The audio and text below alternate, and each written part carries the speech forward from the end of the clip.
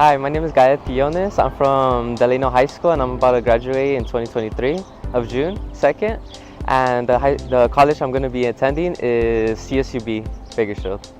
My family, of course, helped me to prepare me here where I got today, because if it wasn't for my family, I wouldn't have been pushed enough. I wouldn't have been just extended to my limit into pushing myself, into getting good grades, as well as taking extra classes. The community also helped me in doing community service, really showed me how the community is by just showing how everybody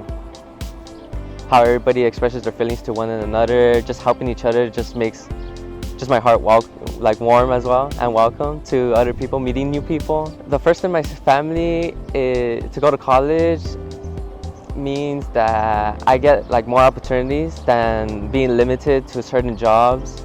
Word of encouragement, I would just say push yourself into the limit, no matter the stress and the amount of breakdowns you would have. Everything in advance will come to an end. As well as I would give thanks to my parents, of course, in regards to pushing me to the limit and making me successful for my future.